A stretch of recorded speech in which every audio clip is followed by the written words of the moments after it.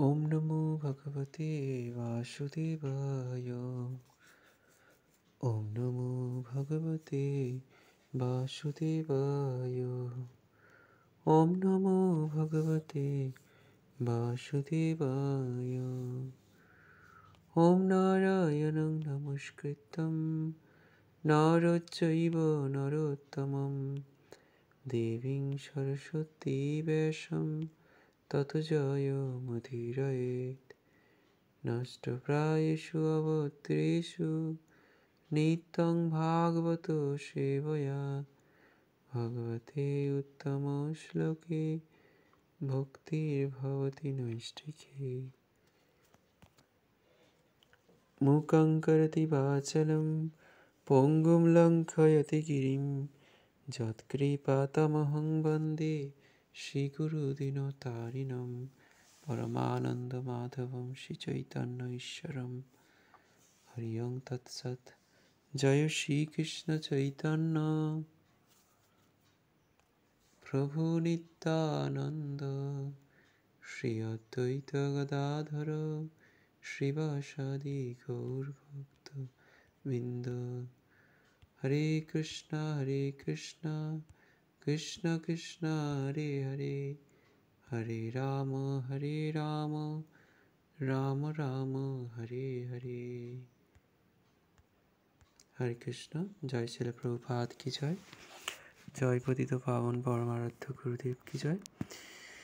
हरे कृष्ण। तो श्रीमद् भगवत गीता যথাযথ আলোচনা প্রসঙ্গে আজকে আমরা অধ্যয়ন করব শ্রীমদ্ ভগবত গীতা যথাযথ দ্বিতীয় অধ্যায় শ্লোক নম্বর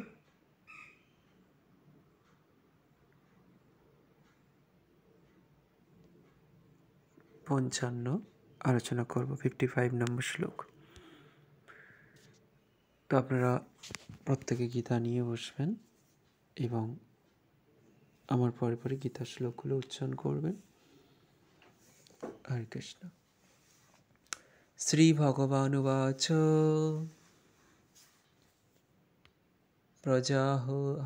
প্রজহাতি যদা কামন সর্বান পার্থ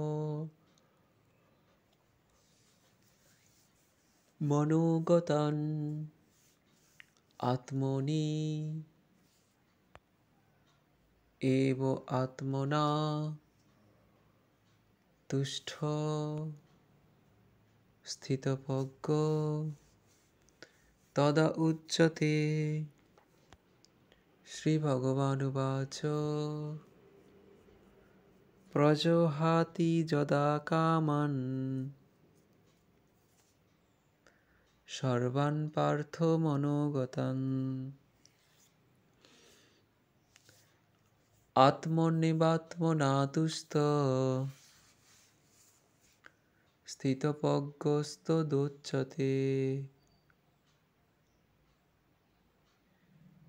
অনুবাদ প্রত্যেকে পাঠ করবেন। অনুবাদ। পরমেশ্বর ভগবান বললেন, হে পার্থ, জীব যখন মানসিক জল্পনা কল্পনা থেকে উদ্ভূত সমস্ত মনোগত কাম পরিত্যাগ করে এবং তার মন যখন এভাবে পবিত্র হয়ে আত্মাতেই পূর্ণ পরিতৃপ্তি লাভ করে, তখনই তাকে স্থিতপ্রজ্ঞ বলা হয়। তো পূর্ববর্তী শ্লোকে অর্জুন ভগবানকে প্রশ্ন করেছিল যে স্থিতপ্রজ্ঞ ব্যক্তি কাকে বলে, তিনি কিভাবে আচার-আচরণ করে, কীরকমভাবে থাকেন, এরকম প্রশ্ন অর্জুন করেছিল। তো সেই প্রশ্নের উত্তরে ভগবান অর্জুনকে বললেন যে জীব যখন মানসিক জল্পনা কল্পনা থেকে উদ্ভূত সমস্ত কামনা বাসনাকে পরিত্যাগ করে, তাহলে এই কামনা বাসনা আমাদের মানসিকভাবে এই সমস্ত কামনা বাসনাগুলো মন থেকেই উদ্ভূত হয়। আমার মন এটা চাইছে, ওটা চাইছে, আমার মন চাইছে না, আজকে মন ভালো নেই, মন বারবার এই মন যা চাইছে তাই করছি আমরা। তো এই মানসিক জল্পনা কল্পনা, মনোগত কাম, মনের থেকেই এই কামনা বাসনা তৈরি হচ্ছে। কিন্তু যে সমস্ত জীব এই কামনা বাসনাকে পরিত্যাগ করে এবং তাদের মন যখন পবিত্র হয়ে ওঠে, তো যখন কামনা বাসনা সে ত্যাগ করবে, ধীরে ধীরে তার মন পবিত্র হবে এবং তখন সে আত্মাতেই পূর্ণ পরিতৃপ্তি লাভ করবে, আত্মাতেই সন্তুষ্ট। যেটুকু আসছে, যেটুকু ভাগ্যক্রমে যেটুকু সে পাচ্ছে, সেটুকু নেই সেই সন্তুষ্ট। সেজন্য বলা হয় কৃষ্ণ ভক্ত নিষ্কাম অতএব শান্ত, ভুক্তি মুক্তি সিদ্ধিকামী সকলই অশান্ত। যারা ভুক্তি মানে ভোগ করতে চায়, যারা মুক্তি পেতে চায়, যারা সিদ্ধিকামী, যারা কামিং ব্যক্তি, তারা সবাই অশান্ত। দিন রাত পরিশ্রম করছে তবুও অশান্ত। কী করে আরও অর্থ উপার্জন করা যায়, কী করে আরও ইন্দ্রিয়সুখ ভোগ করা যায়, এই চিন্তা ওই চিন্তা, কত টেনশন মাথার মধ্যে আছে। শান্ত নেই, সে অশান্ত।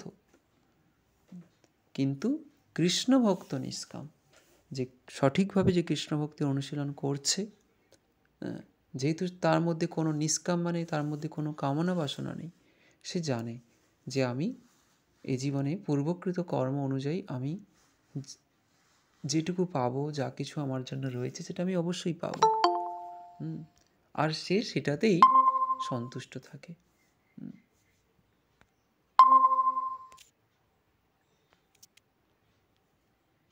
সে কখনো অধিক পরিশ্রম করে না এই জড়সুখ ভোগ করার জন্য। সে কখনো জড়জাগতিক কাজকর্মে অধিক সময় নষ্ট করে না। সে কখনো অর্থের পেছনে ছুটে বেড়ায় না।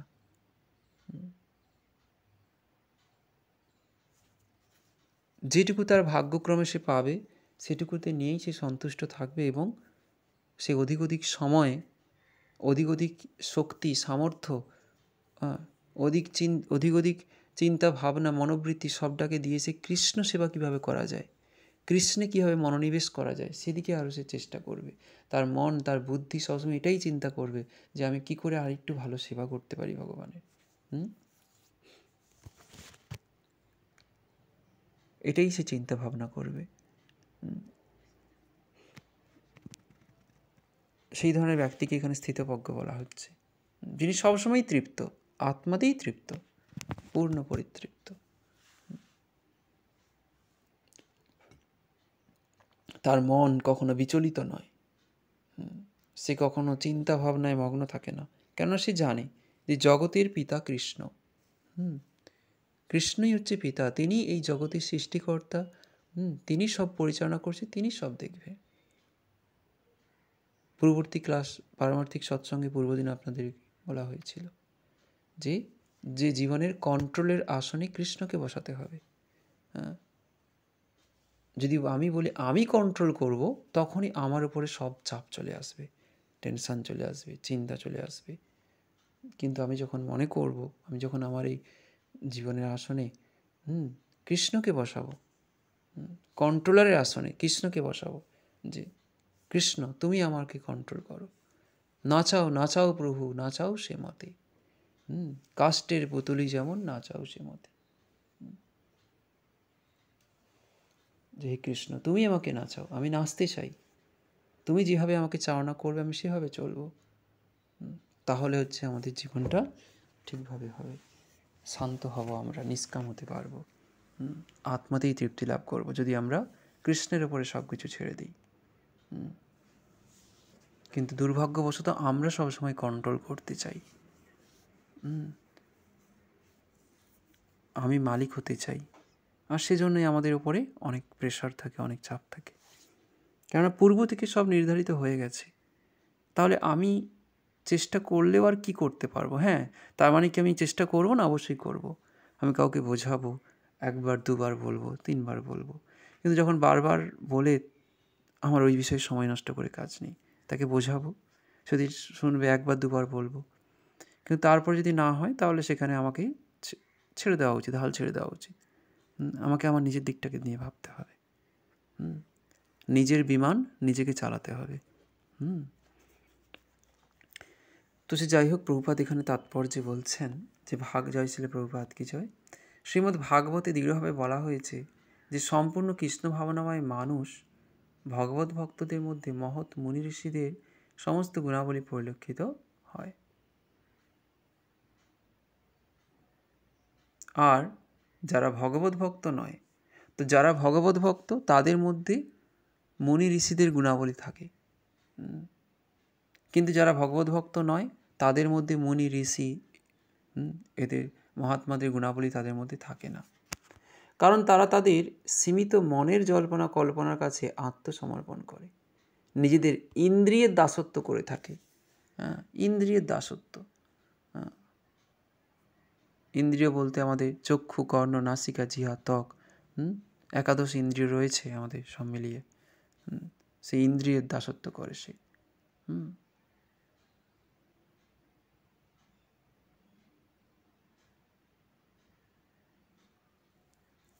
সুতরাং এখানে যথার্থই বলা হয়েছে যে জল্পনা কল্পনার মাধ্যমে ইন্দ্রিয় সুখ ভোগের সমস্ত রকম চেষ্টা পরিত্যাগ করতে বলা হয়েছে।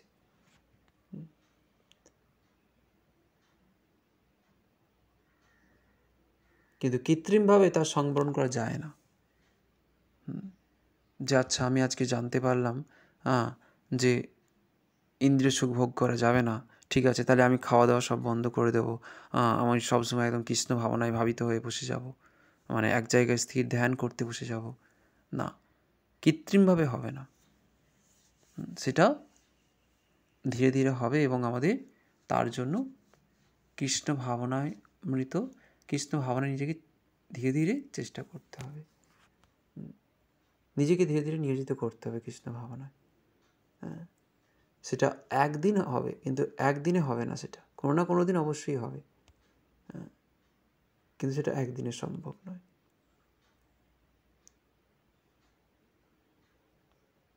তাই আমাদের কর্তব্য হচ্ছে যে ভক্তিযোগের পথ অবলম্বন করা, দ্বিধাহীনভাবে ভক্তিযোগের অনুশীলন করা।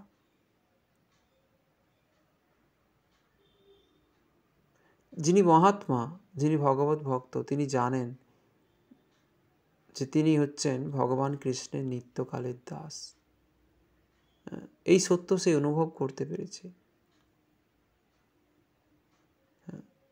তাই সে যেহেতু এটা জানে যে আমি কৃষ্ণের দাস, তাহলে আমি কৃষ্ণের সেবায় ব্যস্ত থাকবো। দাসের কাজ কি? মালিকের সেবা করা। জগতের পিতা কৃষ্ণ, যে না ভজে বাপ, পিতৃদ্রোহী পাতকীর জন্মে জন্মে তাপ। জগতের পিতা হচ্ছে কৃষ্ণ, আর সেই বাপের ভজনা, সেই প্রকৃত পিতার ভজনা আমরা যদি না করি তাহলে আমরা পিতৃদ্রোহী হয়ে যাব, কারণ পিতাকে মানছি না আমি। তখন আমাকে কি করতে হবে? কি হবে? আমার ভাগ্যে কি জুটবে? জন্মে জন্মে আমাকে ত্রিতাপ দুঃখ ভোগ করতে হবে। শুধু এই জন্মে নয়, আরও যত জন্ম আমি পাবো, কেননা আত্মার তো বিনাশ নেই, আমি তো আত্মা। শুধুমাত্র এই পোশাকটা ত্যাগ করব, সময় হলে আবার একটা নতুন পোশাক পাবো, দেহ পাবো। তো এইভাবে যতবার আমি দেহ পরিবর্তন করতে থাকবো, এই জন্মান্তর ধরে আমাকে ত্রিতাপ দুঃখ ভোগ করতে হবে, যদি না আমি আমার পিতাকে স্বীকার না করি, যদি আমি আমার পিতার চরণে আত্মসমর্পণ না করি, ততদিন আমাকে দুঃখ কষ্ট ভোগ করতে হবে, সে আমি যতই যা করি না কেন।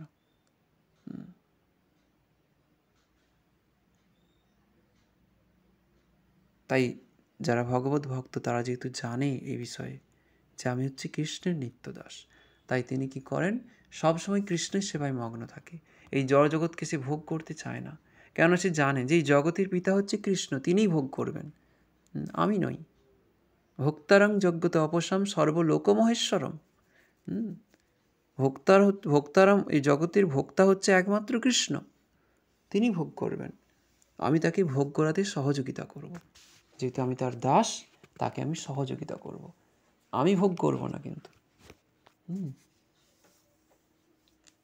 তাই যারা সঠিক ভগবত ভক্ত তারা সবসময় এই চিন্তায় মগ্ন থাকে যে কী করে কৃষ্ণের ইন্দ্রিয়কে সুখ দেওয়া যায়।